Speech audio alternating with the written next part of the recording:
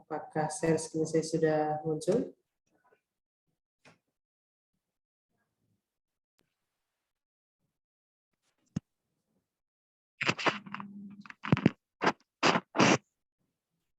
Sudah muncul ya? Share screen-nya, oke.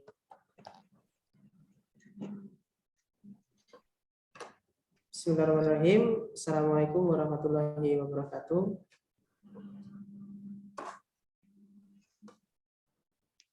Alhamdulillah, kita panjatkan puji syukur kepada Allah SWT yang telah memberikan berbagai kenikmatan pada siang hari ini sehingga bisa terlaksana satu kegiatan yang semoga bermanfaat dan bisa membantu teman-teman semua untuk berlatih menyusun karya ilmiah bidang sosiologi. Jadi tema pada pagi siang hari ini memang agak spesifik di bidang sosiologi.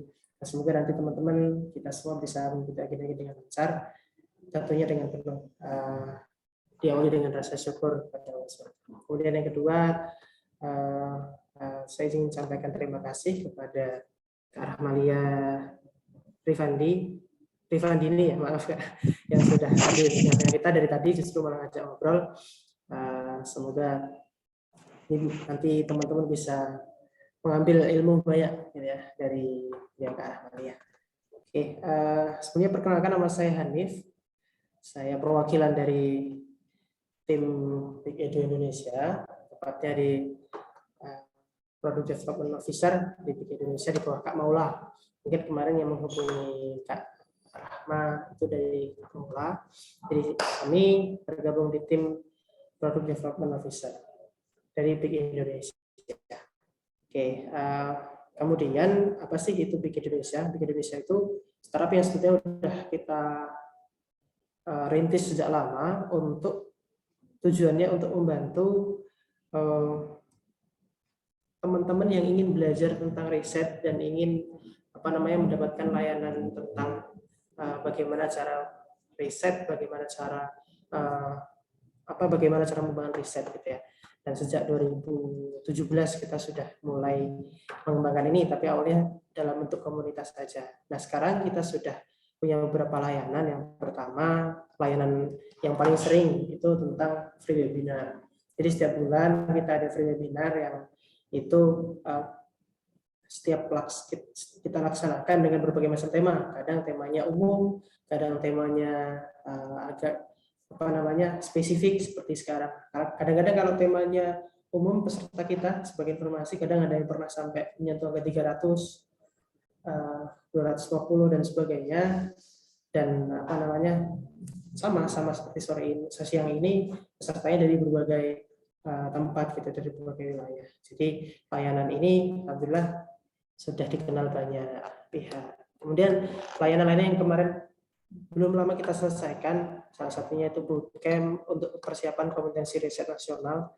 Beberapa siswa yang sudah mencoba bootcamp dengan kami, alhamdulillah dari segi keberhasilan untuk mengikuti lomba sangat memuaskan. Bahkan di antara teman-teman siswa kemarin dari beberapa tim yang kita kirim, hampir semuanya lolos dalam kompetisi-kompetisi terutama yang dilaksanakan oleh BRIN. Nah, ada juga kita mentoring tugas akhir. Mentoring tugas akhir yang mungkin ini bandnya ditujukan kepada para mahasiswa yang sedang ingin menyelesaikan tugas akhirnya. Kemudian ada juga layanan tentang mentoring publikasi jurnal. Nah, ini biasanya juga diikuti oleh teman-teman yang sedang menjadi mahasiswa, bahkan S2 sampai S3 juga mengikuti layanan ini. Nah, kemudian muncul pertanyaan, kenapa sih kami ada layanan banyak sekali tadi gitu ya tentang riset gitu ya. Bahkan kalau ditanyakan kenapa sih harus mentoring riset, padahal kan kita di kampus sudah ada fasilitas, ada dosen pembimbing. Ya tentu jawabannya adalah satu, jelas kalau namanya dosen pembimbing itu nggak cuma bimbing satu orang saja. Dan meskipun intens tapi terbatas gitu ya. Apalagi kadang ada dosen yang sibuk lah, nggak bisa dihubungi dan sebagainya. Dan kadang juga dibatasi oleh deadline. Kemudian kadang pengetahuan dan pengalaman kita yang terbatas terhadap topik tersebut sehingga kita tuh butuh sosok mentor untuk membantu dan memandu kita dalam melaksanakan riset. Kemudian kadang kita juga bingung mau mulai dari mana, mau mulai riset tuh dari apanya dulu gitu. Kadang-kadang kan itu jadi pertanyaan yang bahkan kita sendiri sulit untuk menjawab. Nah, kita butuh mentor untuk bantu kita nih. Ya. Nah, kemudian alasan kenapa sih BIK Indonesia tuh mempunyai mentoring dan teman-teman harus ikut gitu ya. Pertama, karena kita punya metode dan kurikulum belajar yang disesuaikan sama basic knowledge-nya mentee. Sudah sejauh mana sih paham tentang riset? Kalau belum paham sama sekali, ya kita jelaskan dari awal dan sebagainya. Dan lagi-lagi mentoringnya, namanya mentoring ya, itu empat mata, jadi satu-satu gitu ya. Teman-teman akan merasakan bagaimana dimentori secara langsung one by one oleh mentoring. Dan yang terakhir, insya Allah jaringan kami untuk mentor ini sudah tersebar di berbagai instansi dan juga mentor profesional di bidangnya. Bahkan kita juga beberapa mentor yang berasal langsung dari LIPI gitu ya, baik yang itu profesional ataupun yang itu sudah benar-benar menjadi peneliti di satu instansi tertentu. Nah, itu mungkin alasan kenapa sih harus ikut mentoring di BIK Indonesia. Nah, selain itu, kita juga punya konsep gitu ya teman-teman, nggak cuman mentoring yang one by one saja, tapi kita juga mengusahakan bahwa pembelajaran itu langsung pada project gitu ya. Jadi langsung ada projectnya. Jadi setiap minggu langsung bisa dipantau dan nggak cuman ngomong teori aja tapi langsung praktek. Nah, yang terakhir kita juga nanti akan sering-sering sharing session antara mentee dan juga mentor. Nah, sambil jalan kita juga ingin sampaikan bahwa besok kita juga akan ada course tentang menyusun proposal akhir penelitian tugas akhir. Nah, ini pembicaranya ada Ibu Sayyidatul Maslahah, dosen pendidikan khusus di Untirta. Sebetulnya dulu senior kami juga di kampus, tapi sekarang sudah jadi dosen tapi di Untirta. Nah, ini waktunya intensif 6 minggu sampai selesai, targetnya sampai selesai proposal tugas akhir. Dan ini terbatas karena lagi-lagi yang namanya mentoring tugas akhir itu harus harus dibatasi orangnya karena nanti untuk mendukung efektivitas. Nah, oke. Yang terakhir sekarang kita hari ini mengikuti satu webinar tentang menyusun karya ilmiah bidang sejarah gitu ya, dengan narasumber Kak Rahma Rifandini Esos. Halo Kak Rahma, apakah sudah? Ya, sudah akses Mas. Suara saya? Oke, terima kasih. Beliau ini adalah riset sosial di walungan.org. Jadi insya Allah sudah punya pengalaman banyak ya, bisa teman-teman ajak untuk sharing. Itu bisa digali sama teman-teman secara langsung.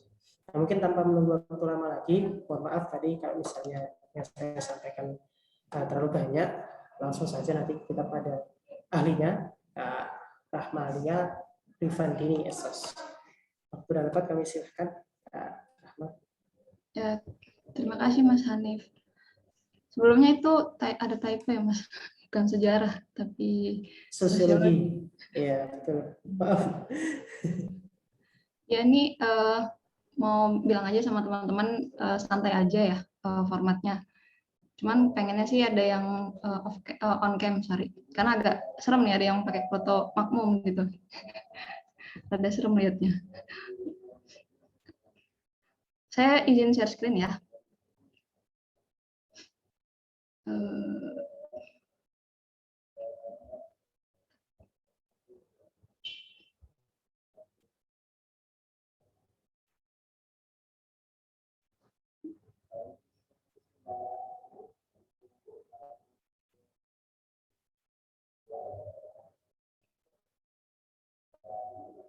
Udah kelihatan belum? Udah Kak. Oke, sip. Ya, Bismillahirrahmanirrahim. Teman-teman semuanya, selamat siang. Sebelumnya terima kasih buat Mas Hanif dan teman-teman dari Big Edu yang udah mengundang saya buat sharing tentang riset sosiologi. Sebelumnya pengen tahu sih, teman-teman di sini apa sih ekspektasinya untuk ikut acara ini gitu. Mungkin boleh dibantu Mas Hanif buat manggilin satu orang. Oke. Baik Kak. Oh, mungkin Kak Marta Liu tadi. Kak Marta cek yang sudah ikut jauh-jauh, meskipun nggak datang secara langsung ya, tapi jauh-jauh dari Ya NTB. nih, pengen tahu kira-kira apa ekspektasinya gitu. Karena tadi dari 2 orang yang ditanya, dua-duanya kebetulan pendidikan sosiologi. Nah, takutnya mungkin ada yang beda dengan sosiologi karena kalau saya sendiri dari sosiologi yang itu di bawah FISIP gitu. Oh, iya. Oke, nanti sambil jalan aja ya. Kalau mudah-mudahan bisa memenuhi ekspektasinya, kalau enggak kita diskusi berarti. Nah, sebelumnya saya mau buka dulu dari sebuah kutipan gitu ya dari Peter Berger gitu. Ini salah satu tokoh dari sosiologi gitu. Nah, mungkin teman-teman mungkin di sini ada yang semester 4 atau baru masuk atau mungkin sedang menyusun skripsi gitu. Saya pengen mencoba untuk apa ya, mengangkat kesadaran lagi gitu. Sebenarnya sosiologi itu apa dan ketika jadi lulus dari sosiologi itu apakah menjadi seorang sosiolog gitu. Nah, kalau menurut Peter Berger itu sosiolog itu seseorang yang punya atensi gitu ya, perhatian untuk memahami masyarakat gitu. Nah, salah satunya adalah melalui disiplin sosiologi itu sendiri, dan disiplin sosiologi itu sendiri bersifat ilmiah gitu. Jadi apa yang teman-teman temukan gitu tentang masyarakat gitu, tentang fenomena sosial itu sudah ada dalam kaidah tertentu gitu, dipelajari dalam kerangka acuan tertentu dan didefinisikan secara ketat gitu. Jadi bisa dibilang sosiologi itu adalah salah satu ilmu disiplin atau ilmiah ya, bukan yang kecenderungan budaya atau apa, tapi dia punya sistematika yang ketat gitu, penelitian yang ketat, makanya dibilang social science gitu. Nah, ini mungkin aku pengen tahu sih teman-teman kira-kira pernah nggak melakukan penelitian sosiologi sebelumnya gitu. Mungkin siapa ya? Ada yang mau jawab? Ya, teman-teman. Ada yang sudah pernah? Mungkin Dila boleh bantu jawab. Halo Kak Dila. Oh pernah. Oh, pernah Kak. Oh pernah. Dila pernah apa nih? Riset tentang apa? Waktu itu sih ada penelitian di masyarakat adat gitu Kak, masyarakat adat Kasepuhan. Sinar Resmi di Sukabumi. Oh, Sukabumi itu ya. turun langsung ya? Iya. Oh, itu buat tugas kuliah atau gimana? Iya sih Kak, buat memenuhi tugas. Waktu itu mata kuliahnya itu sosiologi komputasional. Itu gimana tuh kok baru dengar? Maaf, salah, sosiologi lingkungan, maaf Kak. Oh, iya. Sosiologi lingkungan. Nah, kira-kira dari hasil riset itu apa yang berkesan dan apa temuannya? Boleh sharing nggak? Waktu itu penelitiannya berupa penelitian kualitatif, dan di situ waktu itu saya neliti tentang gerakan sosial di dalam masyarakat adat itu, karena waktu itu kan di daerah itu pernah ada tanah longsor. Nah, itu di mana kita dikajinya itu dengan cara melihat bagaimana gerakan sosial dalam merevitalisasi bencana longsor itu, Kak. Terus hasilnya ternyata memang dari masyarakat adat sendiri memang udah ada adat istiadatnya sendiri.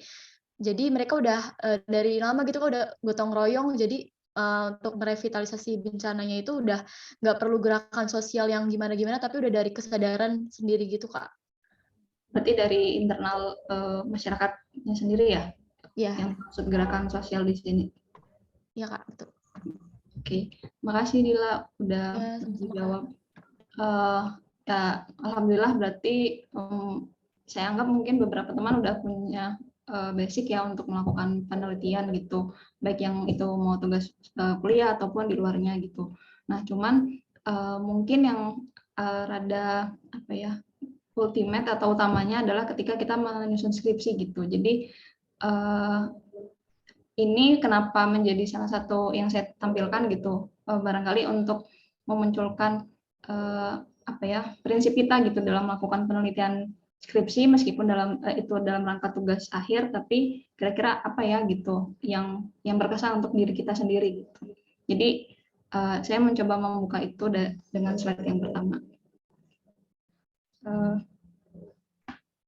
Nah, selanjutnya mungkin kalau di era informasi sekarang ya, yang internetnya tuh sangat cepat gitu ya, kita tuh akan apa ya, berhadapan dengan berbagai macam informasi gitu.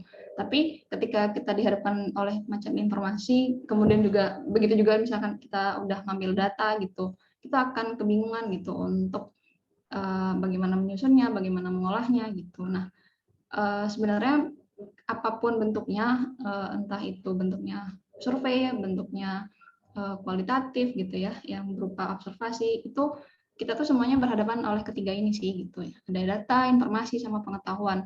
Nah, ketiganya ini berbeda. Tadi kenapa slide sebelumnya itu, mengapa sih kita melakukan penelitian? Nah, kalau merujuk ke sini gitu ya, kita tuh sebenarnya sedang ingin membangun sebuah pengetahuan gitu ya, yang itu dimulai dari data, terus kemudian data itu kita olah menjadi sebuah informasi, dan kemudian informasi itu kan memiliki makna yang kemudian ada apa ya, ada konteks dari sosiologinya gitu, itu yang kemudian pengetahuan itu sendiri adalah kontribusinya sebenarnya untuk diri kita sendiri gitu, bagaimana kita apa yang kita lakukan di dalam riset itu menambah pengetahuan untuk diri kita sendiri yang utama, baru yang kemudian kontribusi kepada yang lain gitu. Jadi saya harap sih dasar fondasi awal ketika teman-teman melakukan riset itu adalah yang paling utama adalah bagaimana kita membangun sebuah pengetahuan untuk diri kita sendiri gitu. Nah, ini saya campur-campur ya, mohon maaf pakai bahasa Inggris, bahasa Indonesia gitu. Karena saya agak susah gitu untuk mentranslate secara apa ya, pasnya gitu dalam bahasa Indonesia. Jadi saya mencoba untuk mengutip dari Newman. Kalau teman-teman pernah menggunakan di kampus ya, Newman itu bilang kalau sebenarnya untuk melakukan penelitian sosial itu bisa ditempuh melalui 4 hal gitu, atau bisa di apa ya, di trigger di tahapan pertama itu melalui 4 hal. Yang pertama itu ada pengalaman personal, pengalaman pribadi dan juga apa yang dipahami secara umum. Terus yang kedua dari expert, artinya dari tokoh sosial di mana, dari tokoh ilmu sosial yang mana gitu, atau dari media gitu, dari populer media yang membahas suatu fenomena tertentu. Kemudian yang keempat ada kepercayaan ideologis atau nilai-nilai yang diyakini oleh suatu masyarakat tertentu atau bahkan kelompok masyarakat tertentu gitu. Jadi kita bisa mengidentifikasi lah gitu. Kira-kira ketika kita memulai riset itu kita ke trigger yang mana gitu. Kan mungkin kalau media sosial zaman sekarang media sosial banyak ya. Jadi mungkin kita ngelihat misalkan di Reels atau di TikTok gitu kan, kenapa ya orang tuh membuat kontennya tuh banyak gitu, misalkan apa ya, fenomena misalkan relasi rumah tangga gitu, kenapa banyak misalkan seleb TikTok itu yang membuat konten itu dari sisi relasi rumah tangga gitu. Nah itu bisa jadi kita berangkat dari tadi ya, popular and media message tadi gitu. Nah, ini 4 hal tadi. Nah, ini saya juga mengutip dari Lawrence gitu. Jadi dia mencontohkan gitu, sangat sederhana sih contoh Lawrence ini gitu. Jadi dia mempertanyakan gitu atau mengasumsikan gitu, kenapa kenapa perempuan itu lebih cenderung mencuci pakaian atau laundry gitu daripada perempuan gitu. Nah, kita bisa telisik dari 4 hal tadi ya, 4 hal yang alternatif tadi ya. Yang pertama itu dari personal experience atau common sense gitu. Nah, contohnya begini gitu. Jadi kita kalau personal itu kan bisa jadi di rumah kita ngelihat bahwa kalau ayah atau mungkin saudara laki-laki itu nggak begitu pedulilah dengan penampilan atau dengan pakaian gitu. Nah, jadi masuk akal nih kalau misalkan yang mementingkan pakaian itu kan lebih cenderung perempuan gitu. Jadi mungkin lebih make sense gitu ketika yang sering mencuci juga perempuan gitu. Atau misalkan melihat lingkungan sekitar gitu, di dalam keluarga atau kemudian di lingkungan tetangga gitu. Kenapa ya yang dari kecil sampai kita besar tuh yang punya perhatian tentang mencuci pakaian tuh ibu-ibu gitu. Nah, itu kita kan bisa berangkat dari situ gitu. Yang kita collect, kita kumpulkan, kemudian akan memunculkan satu pertanyaan tersendiri. Nah, itu juga salah satu langkah untuk memunculkan ide penelitian tentang sosiologi gitu dari hal-hal fenomena yang sangat umum gitu. Nah, yang kedua, kalau para ahli itu bilang kalau sebenarnya di dalam proses perkembangan seorang anak gitu, anak perempuan tuh lebih fokus diajarkan untuk bagaimana caranya memilih pakaian, terus kemudian membersihkan pakaian gitu. Jadi diajarkan bagaimana perempuan itu harus merawat diri gitu ya. Yang misalkan ya kalau anak perempuan itu kan ada perintilannya, misalnya bando, ada gelang tangan, yang itu kan nggak ada di laki-laki gitu. Jadi juga make sense gitu ketika misalkan hal itu ditumbuhkan sehingga ketika dalam perkembangannya itu dia istilahnya dari kecil tuh sudah dipersiapkan gitu untuk masalah mencuci pakaian gitu. Nah, kemudian kalau yang dari media seperti film atau iklan televisi itu kita lihat iklan mesin cuci gitu ya dari berbagai merek apapun. Mungkin kalau sekarang udah lebih sering laki-laki gitu. Tapi kalau dulu kan mungkin kita ngeliat lebih sering perempuan gitu, perempuan yang sangat pusing kalau misalkan rumahnya berantakan gitu. Kemudian muncullah mesin cuci tertentu yang metik, kemudian tanpa pusing, kemudian bisa ngeringin sendiri dan segala macam. Nah, itu kan lagi-lagi simbol perempuan itu yang ditampilkan lewat media ya. Nah, kemudian untuk yang terakhir, ethical beliefs itu bilang kalau sebenarnya di dalam kelompok masyarakat itu kan dikenal dengan pembagian kerja di domestik gitu. Nah, itu sudah dilekatkan tuh asosiasi perempuan itu untuk mengurus rumah tangga, merawat anak-anak gitu, termasuk kita di mencuci pakaian gitu. Sementara kalau laki-laki kan cenderungnya misalnya urusan domestik juga, tapi lebih misalkan memperbaiki genteng dan segala macam gitu. Jadi hal-hal ini yang kemudian sebenarnya bisa memunculkan ide untuk riset sosiologi itu sendiri gitu. Jadi yang tugas utamanya adalah kita pertama tadi lebih jeli gitu ya untuk melihat apa sih yang umum terjadi, tapi kalau secara sosiologisnya ada nggak ya gitu. Nah, ini tahapan awal sih gitu untuk memulai memunculkan ide itu tadi. Nah, tadi kita udah bahas sedikit gitu ya bagaimana memunculkan ide. Nah, sebenarnya di sesi ini tuh saya lebih banyak untuk sharing gitu. Sebenarnya bagaimana sih melakukan penelitian sosiologi itu sendiri. Nah, mungkin mohon maaf ya kalau misalkan tidak sesuai ekspektasi gitu, yang tidak memunculkan teori mana gitu. Tapi saya ingin membahas ini gitu karena saya sendiri juga sedang menyusun tugas akhir tesis gitu. Jadi sambil belajar, sambil mengajar juga sharing gitu. Dan sebenarnya sosiologi itu bisa dibilang tulang punggung ya, mother of social science gitu. Jadi orang dari rumpun ilmu sosial yang lain gitu, itu biasanya akan merujuk ke sosiologi gitu, bagaimana tahapan sistematikanya dalam melakukan penelitian. Nah, sebenarnya secara mudah ada dibagi 3 gitu dalam melakukan penelitian sosiologi atau penelitian secara umum. Yang pertama itu kita ketahui dulu apa yang ingin diteliti. Terus baru kemudian kita beranjak ke bagaimana sih sebenarnya melakukan penelitian, dan baru yang terakhir itu conduct of research gitu. Jadi bagaimana melakukan penelitian itu sendiri.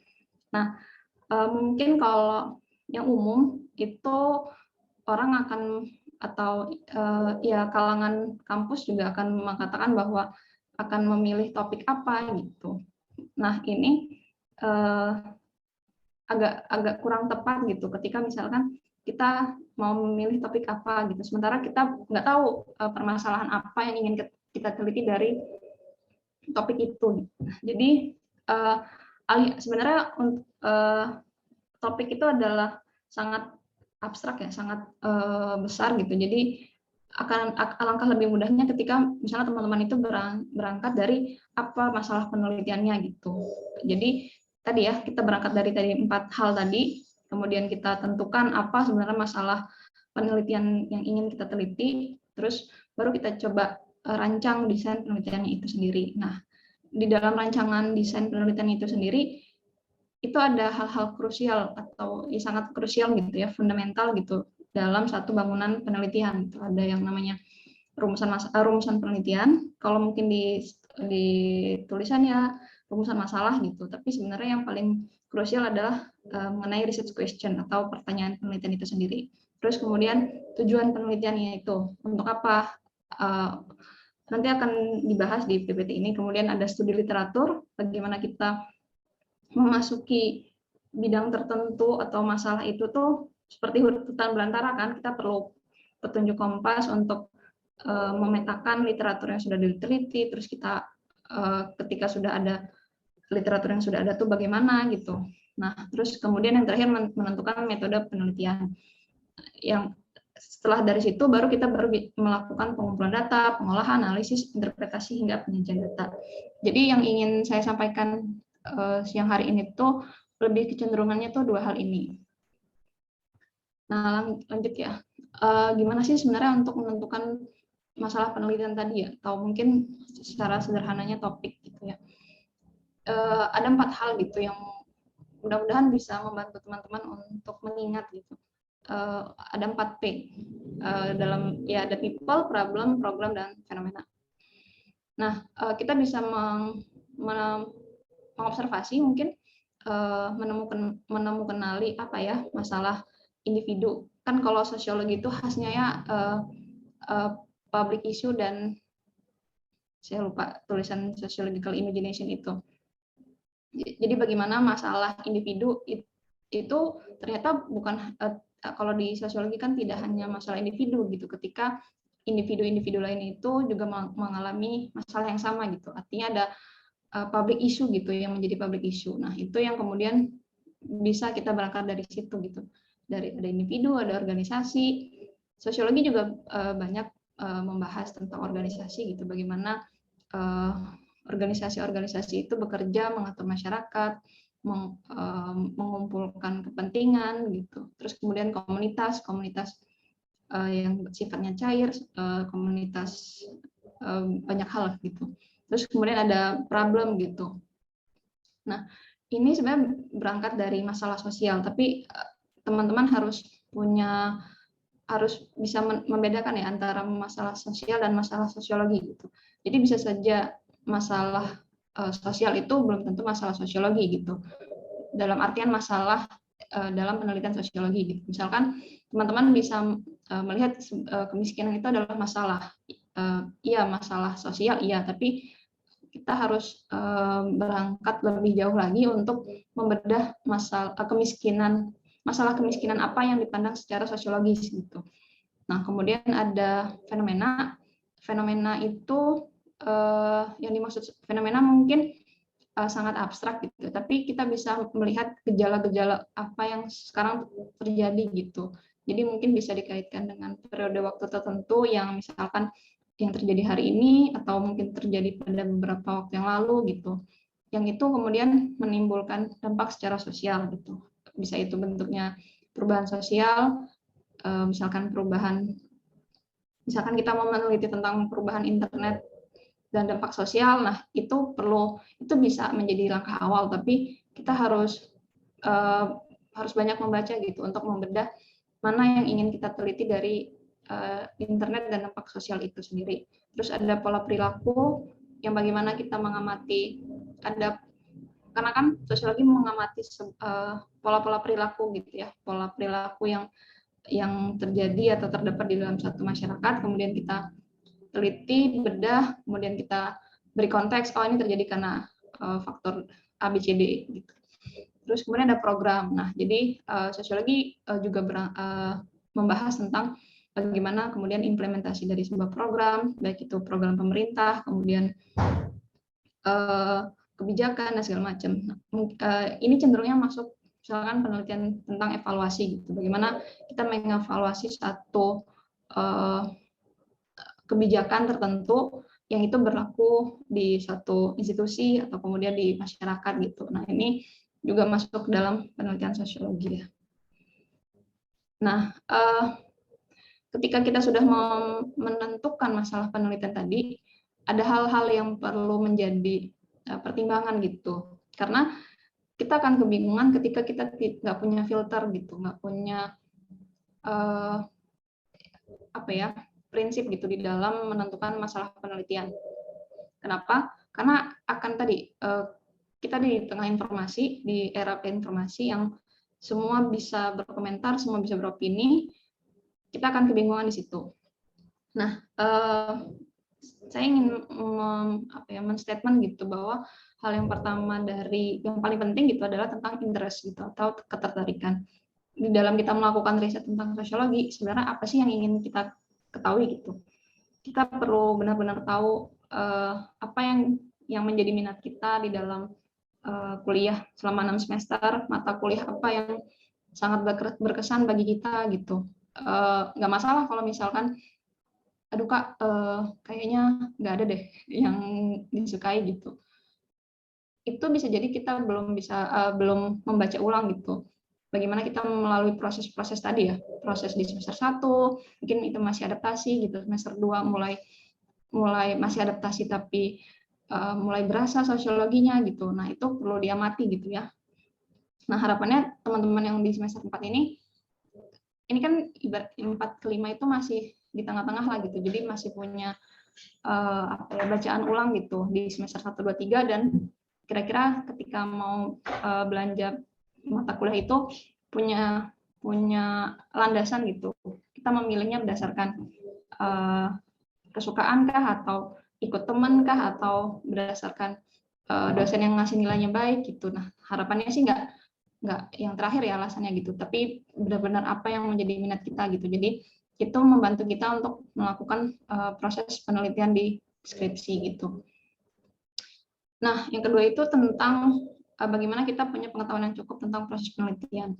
Mungkin kalau saya dulu kuliah cukup banyak gitu mendapatkan mata kuliah metodologi penelitian sosial gitu. Jadi meskipun yang lebih banyak itu adalah mengenai kuantitatif gitu, tapi saya merasa belum dimudahkan di sana gitu. Tapi saya merasa enjoy ketika saya terlibat langsung gitu dengan dengan objek penelitian atau dengan subjek penelitian gitu. Jadi itu juga harus teman-teman cross check ya, bagaimana kemudian pengetahuan tentang proses penelitian itu teman-teman bisanya di mana gitu dan tidak bisanya di mana, itu akan membantu untuk dalam proses penelitian tadi.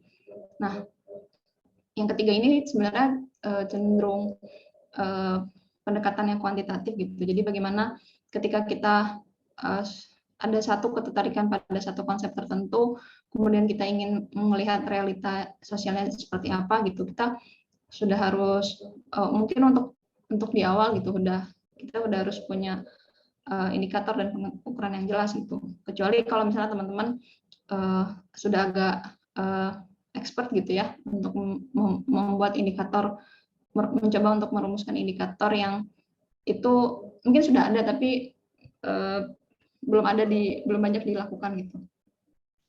Nah, kemudian yang keempat itu tentang relevansi. Ketika teman-teman memilih topik itu harus relevan tadi dengan ketertarikan teman-teman sendiri gitu.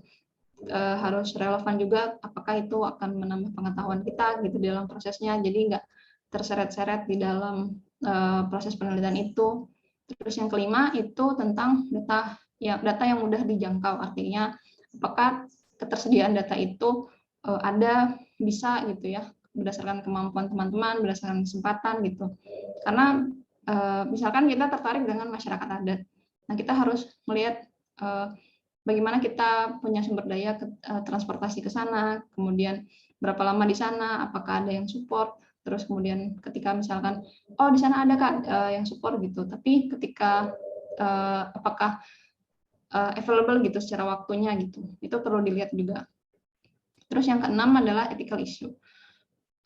Harapannya sih ketika teman-teman melakukan penelitian, bukan harapan ya, tapi menjadi kewajiban gitu, ketika di dalam melakukan penelitian itu kita harus mempertimbangkan etika-etika penelitian itu. Yang sangat mudahnya adalah ketika kita melakukan wawancara, kita menyampaikan informed consent, artinya pemberitahuan dulu bahwa informasinya tidak akan disebarluaskan, kemudian akan diolah oleh peneliti gitu, kemudian agar dan menjamin kerahasiaan informasi gitu. Jadi hal-hal ini juga harus disampaikan kepada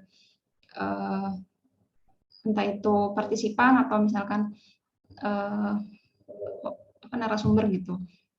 Kemudian apakah ada hal-hal sensitif di dalam pertanyaan kita, terus kemudian ketika masuk ke lapangan itu apakah kita sudah bisa membaur, artinya tidak menimbulkan pertanyaan dalam tanda kutip ya dari masyarakat setempat gitu, dari cara berpakaian, dari cara bahasa nonverbal gitu. Jadi itu hal-hal yang perlu diperhatikan menjadi seorang peneliti sosial gitu secara umumnya. Nah, ini masih tentang bagaimana sih sebenarnya merumuskan masalah penelitian tadi ya. Sebenarnya mungkin ada banyak pemikiran gitu langkah-langkahnya, tapi ini mudah-mudahan bisa membantu teman-teman ya dari 6 langkah ini. Yang pertama tadi identifikasi bidang sosiologi atau subjek karya yang diminati.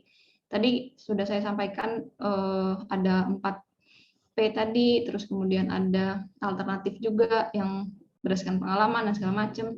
Itu yang perlu teman-teman benar-benar baca ulang gitu. Kalau perlu selain catatan kuliah juga ada catatan diary gitu ya, menulis khususnya untuk misalnya untuk proses penelitian skripsi gitu. Jadi ketika teman-teman sekarang masih di semester 4, apa yang menjadi minat teman-teman, terus kemudian sosiologi itu kan banyak, ada tentang lingkungan, ada tentang organisasi, ekonomi dan segala macam. Apa yang kemudian dari sekian mata kuliah itu apa yang kemudian menjadi bidang sosiologi, apa yang diminati gitu, atau masalah apa yang mengganggu keresahan teman-teman sendiri gitu, hingga ini tuh kayaknya perlu diteliti deh, perlu diselidiki apa penyebabnya, gimana bisa terjadi dan segala macam. Nah, langkah yang kedua ketika sudah menentukan satu bidang tadi, misalkan sosiologi, ekonomi, nah kita harus, itu kan masih sangat besar gitu, kita harus bedah lagi menjadi subjek subarea gitu, dari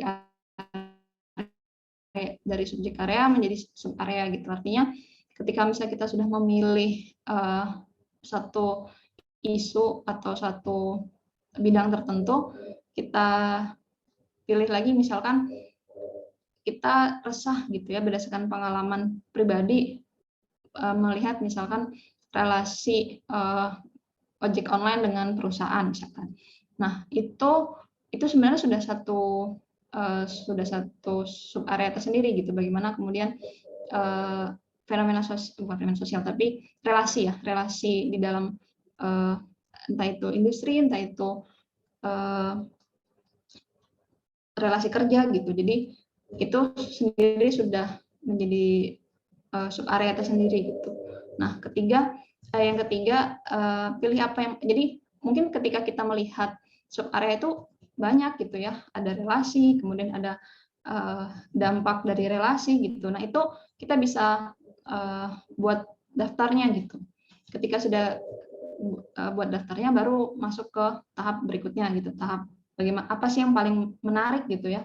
Karena di antara sekian yang menarik, kita harus memilih lagi gitu satu hal yang sangat-sangat tadi ya disesuaikan dengan pertimbangan pemilihan tadi, dari sekian waktu, dari segi waktu, ketersediaan data dan segala macam. Nah, ketika kita sudah memilih satu yang menjadi paling minati, kita coba rumuskan gitu ya, pelan-pelan pertanyaan penelitiannya apa gitu. Apa sebenarnya yang ingin kita ketahui dari sub area ini gitu. Nah, nggak apa-apa misalkan ada beberapa pertanyaan, kita tulis, kemudian kita coba diskusi gitu ya dengan teman yang lebih expert, atau kemudian dengan dosen atau orang di luar sosiologi tapi dia yang bekerja di situ gitu. Jadi itu yang kemudian juga membantu kita di dalam memilih pertanyaan itu, atau apa yang menjadi keresahan di luar, terus kemudian di cross check ke diri kita, apakah itu kita juga mengalami keresahan itu gitu. Jadi terkadang ya penelitian itu berangkat dari keresahan itu sendiri gitu. Nah, setelah kita merumuskan pertanyaan dan ada satu pertanyaan, jangan lupa untuk kemudian merumuskan tujuan penelitian itu sendiri gitu. Jadi bagaimana sebenarnya tujuan penelitian ini untuk apa sih gitu? Apakah untuk kita mau melihat koresional hubungan antara dua perilaku, terus kemudian menghasilkan satu perilaku yang lain gitu. Nah, itu perlu dilihat gitu. Atau kita hanya menggambarkan bagaimana proses terjadinya suatu fenomena gitu. Nah, yang terakhir kita harus cross check, benar-benar ulang lagi gitu. Ketika kita sudah di sini, kita bisa meng-cross check-nya itu dengan pertimbangan tadi, atau kemudian dengan diskusi dengan dosen, itu mana yang kemudian yang hasilnya kita menemukan satu rumusan masalah yang sangat tajam gitu. Nah, setelah dari proses pertanyaan penelitian tadi ya, atau rumusan masalah tadi, itu kita bisa berangkat selanjutnya ke tujuan penelitian. Nah, itu ada 3 sih yang biasanya dijelaskan ya di dalam ya mungkin kuliah-kuliah metode. Itu ada exploratory, descriptive, sama explanatory. Ya mungkin kita bisa berangkat, kalau misalkan kita benar-benar nggak tahu sama sekali tentang isu tersebut gitu, kita bisa mencoba untuk menentukan tujuan penelitian itu lewat yang pertama gitu, exploratory. Artinya kita biasanya sih ini dibuat feasibility dulu study atau pilot study gitu. Jadi menjadi pilot riset yang pertama untuk selanjutnya akan kita lakukan gitu. Cuman ini biasanya memerlukan waktu yang agak panjang gitu ya. Atau misalkan kalau di tesis itu selain tesis ada publikasi jurnal gitu. Jadi jurnalnya bisa jadi pijakan awal untuk tesisnya yang utama gitu. Atau kemudian yang kedua tentang deskriptif gitu. Bagaimana kita menyajikan gambaran tentang kelompok masyarakat atau aktivitas sosial yang kemudian berfokus pada pertanyaan bagaimana itu terjadi, atau siapa orangnya gitu, siapa stakeholdernya gitu. Lalu yang terakhir itu ada explanatory gitu. Jadi ini sedikit lebih tingkat gitu, karena dia nggak cuma menggambarkan gitu, tapi dia menjawab pertanyaan mengapa itu terjadi. Nah, selanjutnya hal yang penting juga mengenai studi literatur. Sebenarnya apa sih fungsi dari studi literatur? Mungkin kalau saya lihat skripsi gitu ya, banyak yang menuliskan studi literatur itu hanya sekedar istilahnya definisi gitu ya, definisi. Misalkan masyarakat adat gitu, terus kemudian kita mengulang lagi gitu, masyarakat adat adalah masyarakat yang tinggal di bla bla bla bla gitu. Nah, itu agak kurang tepat gitu, karena sebenarnya dari studi literatur atau tinjauan pustaka ini sendiri menjadi ruang perpustakaan ya dalam tanda kutip gitu. Di dalam kita menyusun argumentasi, di dalam kita merumuskan masalah gitu. Karena dari situ karena kita di tinjauan pustaka itu kita punya daftar jurnal-jurnal yang telah kita baca, terus kemudian kita kelompokkan mana yang pijakan pandangannya, misalnya strukturalis di sebelah mana, terus kemudian kritiknya apa, terus kita melihat mana yang pro dengan kita gitu. Jadi sebenarnya studi literatur itu berisi nggak cuma tentang literatur sebelumnya gitu ya, tapi bagaimana literatur sebelumnya itu dikelompokkan, kemudian bagaimana literatur itu kita kritik melalui literatur lain yang senada gitu ya, ide penelitiannya dengan ide kita gitu. Jadi dialektika itu yang kemudian ada di dalam studi literatur. Nah, di sini saya nggak ngasih contoh bagaimana menuliskan studi literatur, tapi saya mau ngasih ya barangkali pandangan aja gitu, bagaimana ketika kita membaca gitu ya, membaca jurnal khususnya gitu, kita bisa secara ringkas untuk mengetahui isi isi dari jurnal itu gitu. Kalau jurnalnya yang bagus itu dari abstraknya itu sudah terbaca gitu, nggak cuman abstrak itu isinya hanya ringkasan atau hanya ala kadarnya, tapi di dalam abstrak itu sebenarnya punya sistematika tersendiri gitu ya. Ini saya pinjam punya teman saya gitu, dia penelitiannya tentang di bidang sosiologi ekonomi dan sosiologi pasar gitu ya. Dia melihat bagaimana sebenarnya bagaimana sih pembentukan harga pada pasar musik itu terbentuk gitu. Nah, dia menggunakan ini agak menggunakan social network analysis gitu. Jadi dia studinya dari crawling data dari Twitter gitu. Jadi bagaimana kemudian kenapa misalkan ada hashtag sobat ambyar gitu, ada hashtag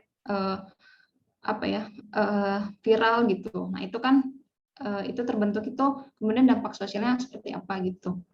Nah, kalau di abstrak kita bisa melihat sebenarnya penelitian ini mau membahas apa sih gitu. Sebenarnya ada banyak format ya yang digunakan oleh penulis. Kalau di sini mungkin agak terlihat lebih jelas gitu. Nah, ini dia langsung men-statement gitu. Penelitian ini membahas price formation gitu. Jadi ketika teman-teman membaca jurnal, kalau bisa langsung merujuk ke sistematika ini ya, apa format ini. Penelitian ini membahas apa sih gitu. Nah, selain bukan argumentasi, tapi ya semacam argumentasi gitu ya. Terus kemudian di dalam penelitian abstrak ini, di dalam abstrak ini gitu maksudnya, dia juga sudah mengungkapkan bahwa studi literatur sebelumnya kayak mana gitu. Nah, dia bilang kalau di sini, oh ternyata faktor bangkitnya kontemporer etnik itu karena dorongan pemerintah gitu. Nah, artinya ketika dia sudah men-statement ada studi literatur sebelumnya membahas tentang kontemporer etnik lewat pemerintah gitu, dia pasti akan mengkritik itu gitu. Jadi dia akan menambah kekurangan dari itu. Apa sih yang belum dilihat dari pembentukan komoditas kontemporer etnik itu? Nah di sini ada statement gitu. Peneliti berargumen bahwa pasar musik etnik kontemporer itu bukan hanya karena faktor pemerintah dan tanda kutip makro sistem produksi, tapi juga ada berdasarkan interaksi fanbase gitu. Artinya pembentukan dia mengajukan argumentasi bahwa pembentukan etnik itu etnik musik gitu ya, musik atau musik etnik itu juga ada dari mikro gitu. Jadi menurut saya ketika teman-teman menemukan ini di abstrak itu sangat akan membantu di dalam membaca jurnal selanjutnya gitu. Jadi dari sini kurang lebih 3 hal ini yang kemudian bisa kita lihat di dalam biasanya di dalam pendahuluan gitu. Apa sih sebenarnya argumentasi penelitian ini, terus kemudian penelitian sebelumnya seperti apa, terus penelitian yang senada dengan penelitian ini seperti apa gitu. Terus kita bisa lihat di akhir abstrak itu juga statement tentang temuan dalam penelitian ini menunjukkan bahwa gitu. Nah, hal itu yang kemudian bisa membantu teman-teman sebenarnya memperkuat ya. Oh, ternyata abstrak jurnal ini tuh membahas tentang komunitas pasar yang dibentuk oleh fanbase Sobat Amber, terus kemudian kemajuan teknologi dan faktor entertainment gitu. Jadi senada kan dari hal yang atas sama yang bawah itu ada koherensi gitu, ada kesinambungan yang itu semakin memperjelas penelitian ini tuh ngomong apa gitu, atau jurnal ini ngomong apa gitu. Ini mungkin kalau misalkan ada format yang lain gitu ya, ada banyak sih gitu, tapi ini salah satunya gitu. Nah, ini lebih detailnya aja sih. Ketika kita membaca satu literatur atau jurnal atau skripsi gitu. Nah, kurang lebih 4 hal ini yang biasa saya gunakan juga, terus dan biasanya juga dan mempermudah gitu. Sebenarnya apa sih argumentasi dari penelitian ini gitu. Terus apa yang dibahas. Terus ketika kita membutuhkan satu pemikiran dari literatur ini karena senada dengan pemikiran dengan konsep yang kita gunakan, gimana dia merangkai konseptualnya, bagaimana kemudian perdebatan literaturnya disusun gitu. Terus metode apa yang digunakan gitu. Kalau misalkan saya menggunakan kualitatif, kemudian bagaimana dia menarasikan di dalam pembahasan gitu misalkan. Terus kemudian hasil penelitiannya apa gitu. Nah, selanjutnya mungkin yang rada krusial juga di dalam tinjauan pustaka itu adalah theoretical framework. Sebenarnya saya hanya menyarikan sedikit saja gitu ya, apa hal yang perlu dilihat di dalam ketika kita memilih satu teori. Jadi seringkali bahkan saya gitu dulu waktu skripsi sangat bergantung ini teorinya apa ya gitu untuk digunakan di dalam skripsi gitu. Ini teorinya apa ya? Nah, jadi kebanyakan mahasiswa itu berfokus pada teori apa ya yang digunakan gitu. Padahal teori itu hanya bisa dibilang panduan gitu. Bagaimana kita gunakan untuk menjelaskan sesuatu. Jadi apa yang kita lihat, fenomena sosial apa yang kita lihat itu nggak dipaksa masuk di dalam teori ini gitu. Jadi itu agak kurang tepat gitu ya. Ketika misalkan kita terutama di pendekatan kualitatif gitu. Jadi agak memaksa fenomena sosial itu dijelaskan di dalam kerangka teori misalkan Marx gitu atau yang lainnya. Nah, kita perlu pertimbangkan gitu bahwa teori itu sendiri ada level analisisnya gitu. Ketika misalkan teori itu bersumber dari mana, menjelaskan tentang apa gitu asalnya. Apakah mikro, meso, atau makro. Kemudian ketika kita ingin mengangkat satu isu tertentu, itu posisinya ada di mana? Ada di meso, di makro, atau di mikro gitu. Terus kemudian ada fokus teori gitu, ada substantif sama formal gitu.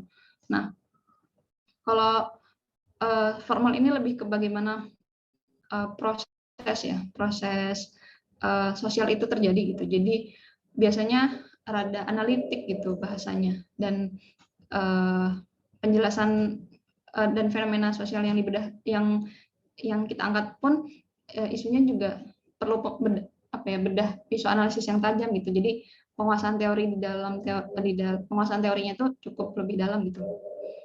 Itu kurang lebih.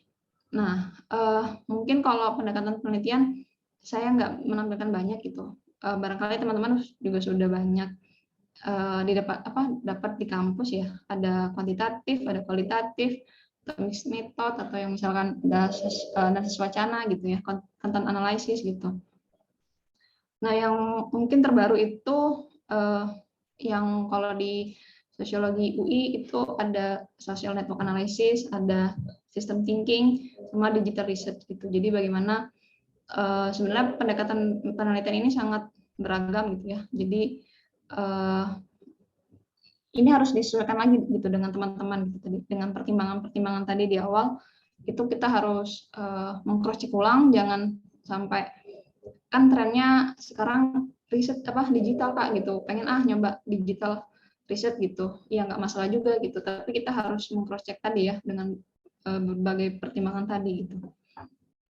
Nah, ini saya mencoba untuk menampilkan aja sih salah satu penelitian saya dengan teman-teman gitu. Waktu itu kebetulan kita belajar tentang system thinking, khususnya tentang soft system metodologi gitu. Jadi sebenarnya soft system metodologi ini tuh berangkat dari satu ranah di luar sosiologi gitu. Saya lupa dari teknik atau dari sistem informasi gitu ya. Tapi yang jelas inti dari soft system metodologi ini membantu memetakan atau ya menguraikan bagaimana sistem aktivitas sosial, sistem aktivitas manusia itu berjalan gitu. Karena setiap unit, setiap institusi itu punya kepentingan sendiri gitu, punya tujuannya sendiri gitu. Nah, di dalam soft system ini dia mencoba untuk membantu gitu, memetakan berbagai sistem aktivitas itu. Sebenarnya hampir sama dengan kualitatif gitu, karena teknik pengumpulan datanya menggunakan wawancara gitu ya, menggunakan FGD gitu. Cuman yang membedakan tadi satu dari paradigmanya sendiri yang beda gitu. Terus yang kemudian yang kedua tujuannya sendiri dari soft system itu sendiri beda. Nah ini penelitian saya sama teman-teman di Tulung Agung gitu waktu tentang mekanisme partisipasi anak gitu. Jadi kita memetakan bagaimana partisipasi anak di Tulung Agung seperti apa dari berbagai institusi gitu ya, dan bagaimana relasi yang terjadi. Nah di dalam soft system ini juga punya beberapa tahapan gitu. Jadi ketika dia ada dua sih penekanannya. Satu memetakan sistem dunia nyata, jadi fenomena yang terjadi seperti apa, terus kemudian implikasi secara akademiknya seperti apa, artinya gagasan idealnya dari dunia nyata itu seperti apa gitu. Itu juga coba dirumuskan gitu di dalam pendekatan ini gitu. Ini hasil dari gagasan idealnya itu sendiri. Nah, kurang lebih itu aja yang bisa saya sampaikan. Ini beberapa referensi yang saya pakai. Saya sangat merekomendasikan teman-teman untuk menggunakan referensi ini. Ini bisa dicari sih di berbagai platform, ya mungkin LibGen gitu ya. Itu bisa dicari yang ini. Karena ya meskipun bahasa Inggris, tapi insya Allah bisa dibaca dan juga ada Google Translate gitu. Jadi insya Allah ini membantu sih untuk memetakan ini ya, atau membantu riset teman-teman gitu.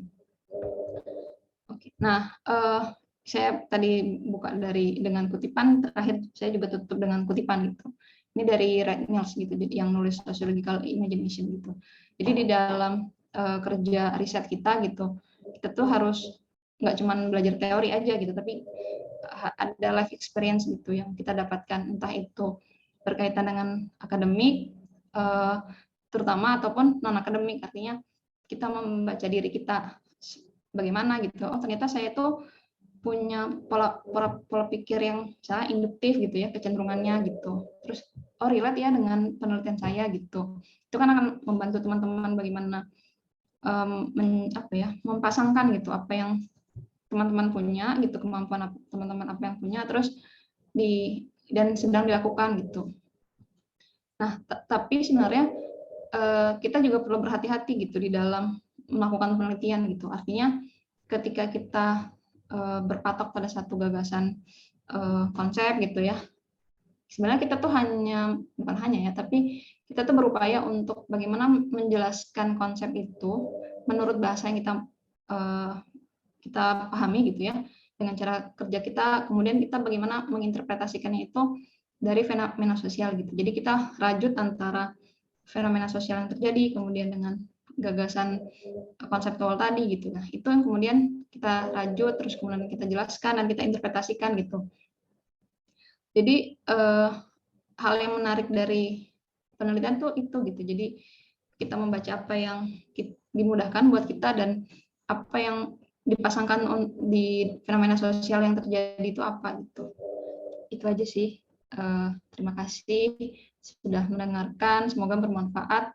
Saya tutup. Assalamualaikum warahmatullahi wabarakatuh. Waalaikumsalam warahmatullahi wabarakatuh. Oke, terima kasih Kak Rahmat. Banyak sekali tadi yang disampaikan oleh Kak Rahmat. Mohon maaf ya teman-teman kalau agak noise, agak berisik ya suaranya.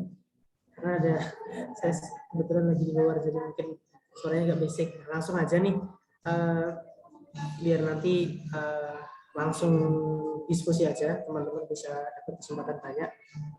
Silahkan, sesi selanjutnya adalah sesi tanya jawab. Teman-teman bagi yang punya pertanyaan boleh langsung klik aja atau boleh lewat chat. Silahkan kalau ada yang mau tanya.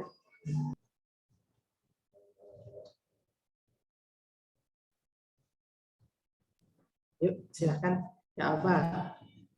Pertanyaannya nggak harus nggak harus yang berat-berat ya Kak ya. Ya, Dengan ringan yang juga ringan apa, aja. malah yang ringan malah karena mungkin lebih senang gitu ya. Yuk teman-teman, silahkan.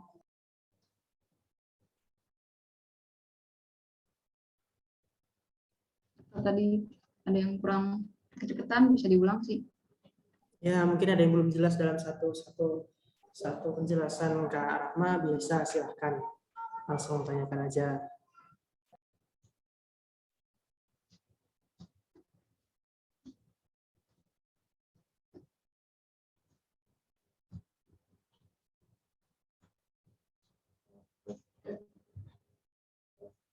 Atau ada yang lagi, oh nih ada si Fir. Ada pertanyaan Kak? Ada pertanyaan lewat chat. Saya bacakan ya. Izin bertanya, bagaimana jika kita masih bingung sama jurusan ini dan apa saja kan yang cara membuat skripsi sosiologi? Nah ini pertanyaan dari Kak Firda Akmal. Ya, terima kasih Firda. Kalau boleh tahu Firda sekarang apa? Kuliah atau Kuliah, masih Kak. kuliah semester berapa? Semester 4. Oh, semester 4. Oh, rata-rata semester 4 ya.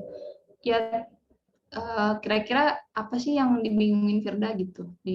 Firda jurusannya pendidikan sosiologi. Sosiologi agama, Kak. Oh, sosiologi agama. Oh, ada ini ya, jurusan sosiologi agama ya? Ada, Kak. Oh, di mana kalau boleh tahu? UIN Raden Intan Lampung. Oh, Lampung. Nah, kira-kira boleh cerita nggak nih apa yang menjadi kebingungan Firda gitu di dalam mungkin 4 semester ini gitu? Ya, bingung aja, Kak. Kadang menjurus ke penelitian, kadang juga menjurus ke masyarakat gitu. Maksudnya kadang menjurus ke penelitian, kadang menjurus ke masyarakat itu gimana? Ya, gitu, Kak. Kadang nggak nyambung juga sama yang diajarin. Firda yang dipelajari apa? Maksudnya yang menjadi minat Firda selama 4 semester ini udah belajar apa, terus yang berkesan apa gitu?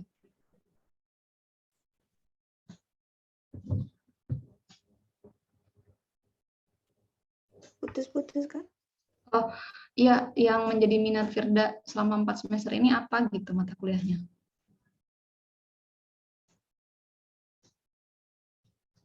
Halo? Halo, Kak. Iya, suara saya putus-putus ya? Iya, putus-putus. Oh, Kalau di tempat saya lancar Kak? oh lancar ya? Iya Firda, kira-kira minat Firda selama kuliah apa nih dari mata kuliah sosiologi agama? Terkait apa gitu? Sosiologi Islam, Kak. Sosiologi Islam. Nah itu belajar apa sih? Soalnya aku juga nggak belajar itu soalnya. Boleh sharing nggak? Itu belajar tentang masyarakat, tapi mengenai agama Islam juga, Kak. Contohnya?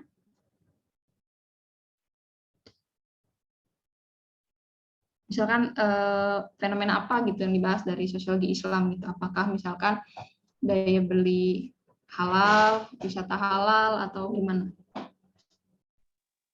Pedagang kaki lima menurut ajaran Islam, Kak.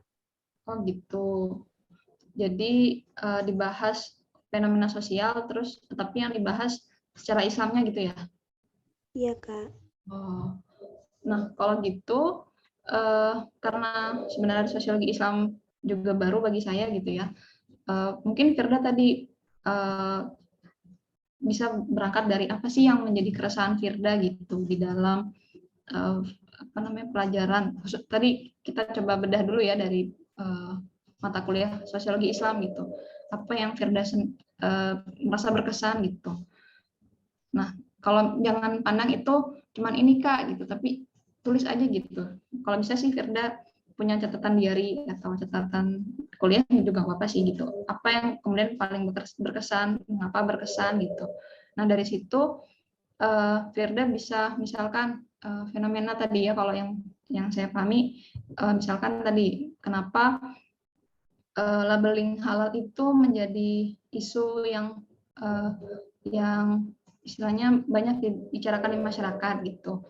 Nah, itu bisa kita teliti gitu ya dari hal itu dengan cara misalkan tadi Firda nulis tadi inventarisir apa yang bahasan-bahasan di dalam sosiologi Islam, terus kemudian ketika menemukan satu tadi kita lihat gitu, karena kita berbicara tentang masyarakat, siapa aja sih yang berkepentingan di sana gitu. Artinya kalau berkepentingan tuh yang terlibat, misalkan ada pemerintah Kak gitu, ada misalkan swasta gitu. Nah, itu kita bisa mulai gitu dari identifikasi aktornya dulu gitu. Karena kan kita ngomongin masyarakat, kita nggak lepas dari siapa masyarakat itu gitu. Jadi dari situ bisa terus kemudian kita pelan-pelan lagi merangkak ke bacaan studi literatur.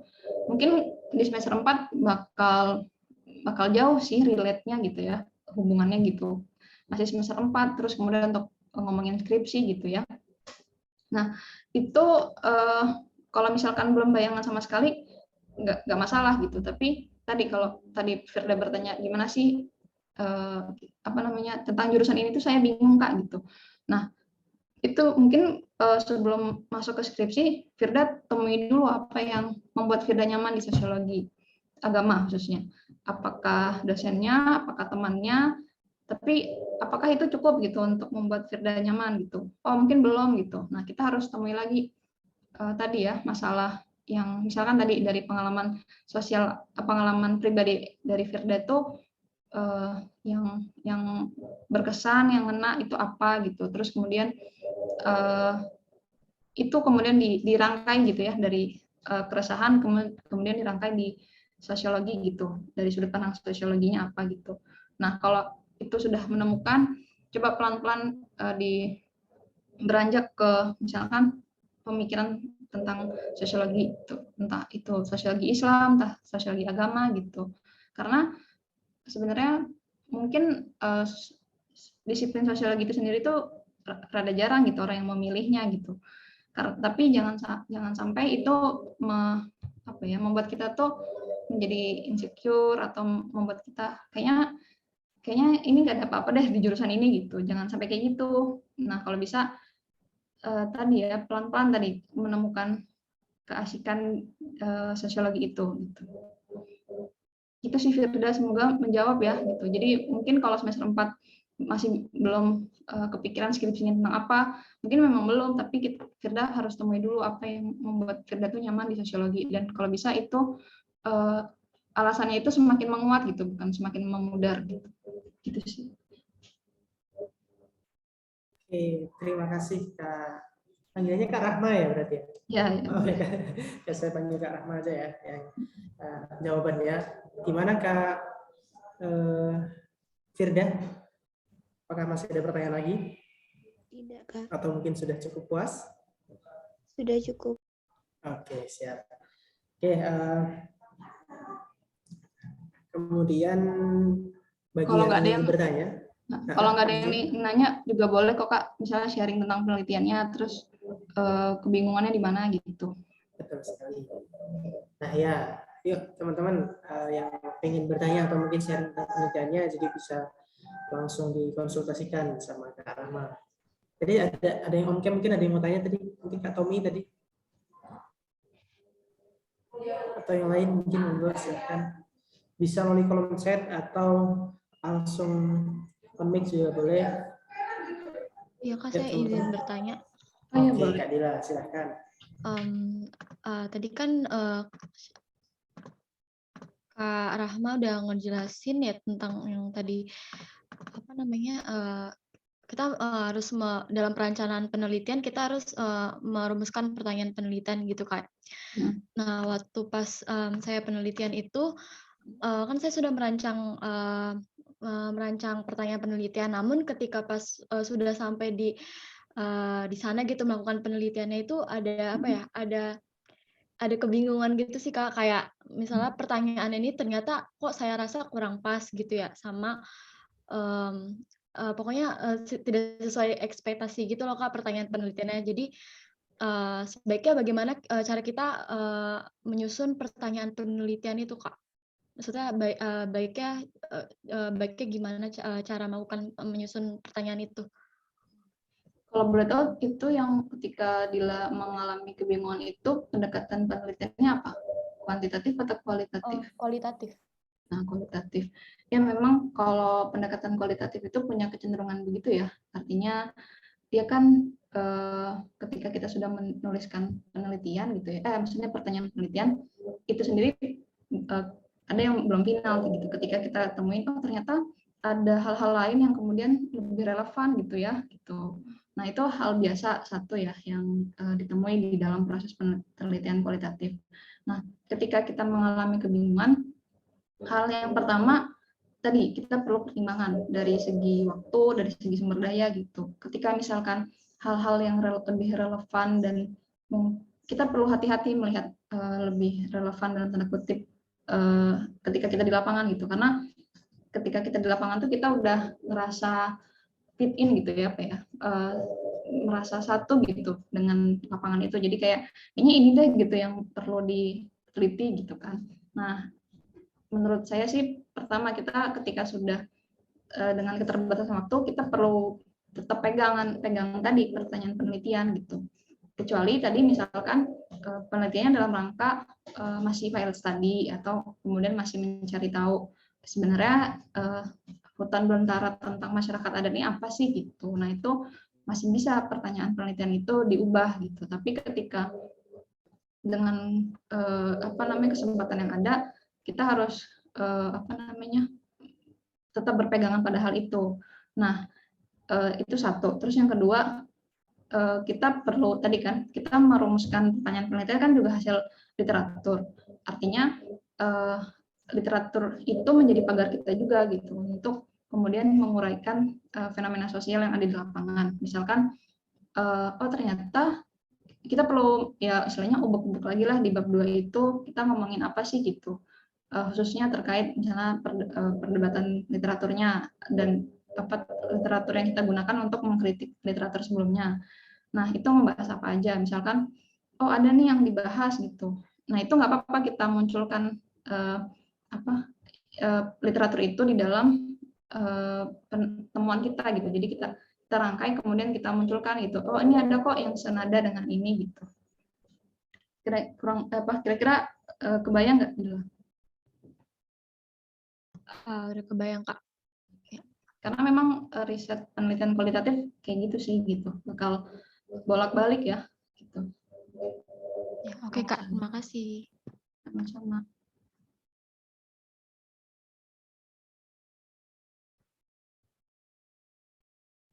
Oke, terima kasih buat pertanyaannya Kak Dila dan juga jawabannya. Kak Ahmad sudah menjelaskan, sudah puas juga. Mungkin yang lain ada yang mau sharing juga? Ada yang mau pertanyaan? Oke, mumpung ada kesempatan nih sebelum nanti mungkin webinarnya selesai, sebelum nanti mungkin tidak akan ketemu lagi dengan Kak Rahma. Nah, ini sepertinya ada yang mau tanya. Kak Fitri mau tanya? Iya, Kak. Oke, siap. Silahkan Kak Fitri. Sebelumnya terima kasih atas kesempatan yang diberikan, Kak. Perkenalkan saya Fitriani. Tadi Kakak sempat menjelaskan tentang menentukan tujuan penelitian dalam sosiologi. Ada 3, yaitu eksploratory, deskriptif, dan explanatory. Nah, yang ingin saya tanyakan, Kak, apakah dalam penelitian sosiologi itu ketiga tujuan penelitian itu harus dicantumkan, dan bagaimana cara menentukan jenis tujuan yang kita gunakan dalam penelitian sosiologi? Terima kasih, Kak. Ya, terima kasih Fitri. langsung saya jawab ya. Iya tadi mungkin kurang jelas ya, dari ketiga tujuan itu sebenarnya salah satu aja gitu kita pilihnya. Mana yang tadi yang relevan dengan pertanyaan penelitian kita, artinya ketika tadi fokus tadi deskriptif adalah untuk menggambarkan, biasanya kan pertanyaan penelitian itu bagaimana gitu ya, bagaimana proses itu terjadi gitu. Nah, bagaimana menentukan tujuan penelitian? Sebenarnya ada berbagai pemikiran gitu, misalnya pandangan gitu. Kalau di saya itu proses yang cenderung terjadi itu adalah yang urgent itu adalah menentukan pertanyaan penelitian. Artinya itu yang menjadi pegangan. Nah, sementara untuk tujuan penelitian itu sendiri berfungsi untuk bagaimana kita membatasi hasil temuan kita tadi. Apakah tadi untuk menggambarkan, apakah untuk kemudian menjawab pertanyaan gitu. Nah, itu jadi antara pertanyaan sama tujuan itu kurang lebih saling match gitu ya, saling berpasangan gitu ya. Itu nggak bisa lepas, misalkan pertanyaan yang bagaimana tapi tujuannya untuk menjawab mengapa gitu. Nah, itu menjadi fondasi awal untuk menjelaskan di pembahasan gitu. Karena kan di pembahasan itu nggak cuma kita menguraikan data tadi, fakta-fakta apa yang ditemukan lapangan, tapi kita perlu memberikan makna gitu ya, dalam tanda kutip sebenarnya temuan kita ini itu dalam konteks teori yang kita gunakan itu seperti apa gitu. Nah, itu yang kemudian membantu menjadi fondasi awal lah gitu untuk sebuah bangunan sampai akhir tadi, sampai bab 6 atau bab 7 gitu. Itu sih. Menjawab nggak kira-kira? Ya, alhamdulillah menjawab, Kak. Terima kasih, Kak, jawabannya. Oke, terima kasih Kak Fitri atas pertanyaannya. Kak Rahma juga sudah menjawab. Kita sudah masuk ke 3 pertanyaan. Mungkin kita bisa buka sesi 2 kalau misalnya ada pertanyaan lagi. Silakan teman-teman.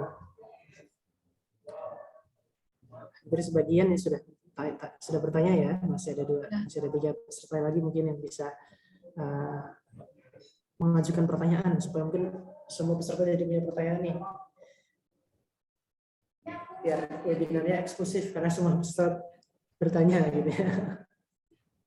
Nah, kalau kayak gitu, saya penasaran sama ini nih yang pakai foto makmum.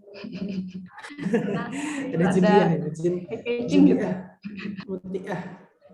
Ada yang mau diceritain kan nih? Tadi bilang pernah melakukan riset. Kira-kira risetnya tentang apa?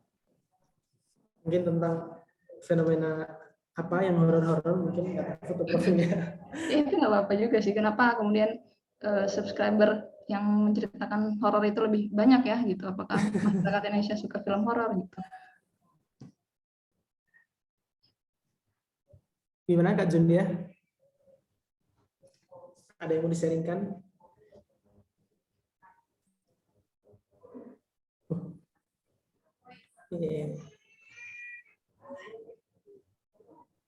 Kak Tommy mungkin? Kak Tommy?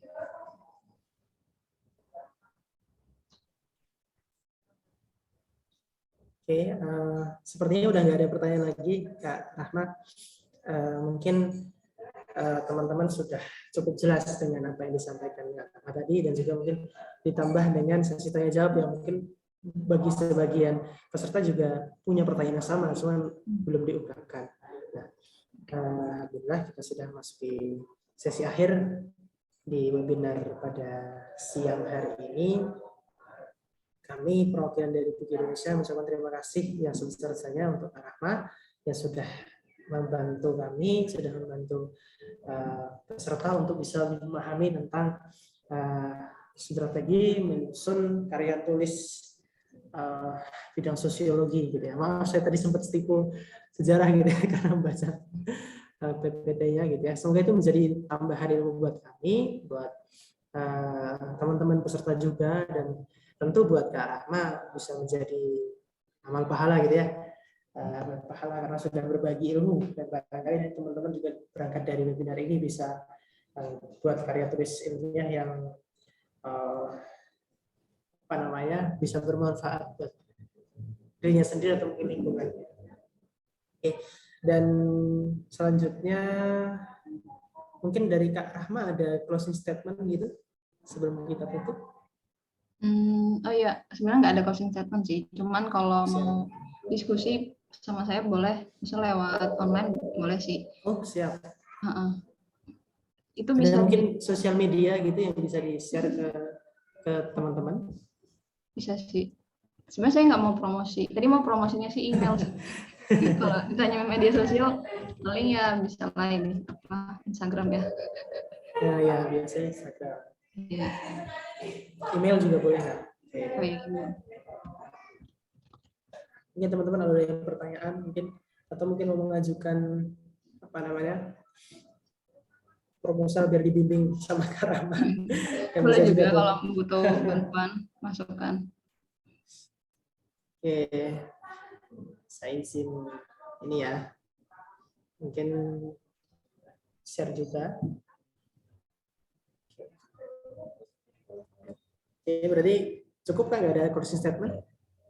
Kalau enggak sih, cukup sih dari saya. Oke, siap. Oke teman-teman, kalau ada pertanyaan, kalau ada diskusi, mungkin ada ketertarikan pengen ajak kerjasama, pengen ngajak project bareng gitu, bisa hubungi langsung lewat sosial media atau lewat email yang sudah disertakan sama Kak Rahma di kolom chat. Kalau tidak ada pertanyaan lagi, kami cukupkan. Sekali lagi terima kasih untuk Kak Rahma. Mohon maaf mewakili TPK Indonesia jika banyak kekurangan dalam menyiapkan acara webinar pada siang hari ini, dan tentu saya sebagai moderator juga mohon maaf yang sebesar-besarnya bila dalam memandu webinar pada siang hari ini mungkin banyak kekurangan, banyak salah kata, salah ucapan. Saya mohon maaf yang sebesar-besarnya. Mungkin supaya lebih sempurna kita tutup webinar pada siang hari ini dengan Alhamdulillah. Sekian dari kami. Assalamualaikum warahmatullahi wabarakatuh. Waalaikumsalam warahmatullahi wabarakatuh. Assalamualaikum warahmatullahi wabarakatuh. Terima kasih teman-teman. Terima kasih.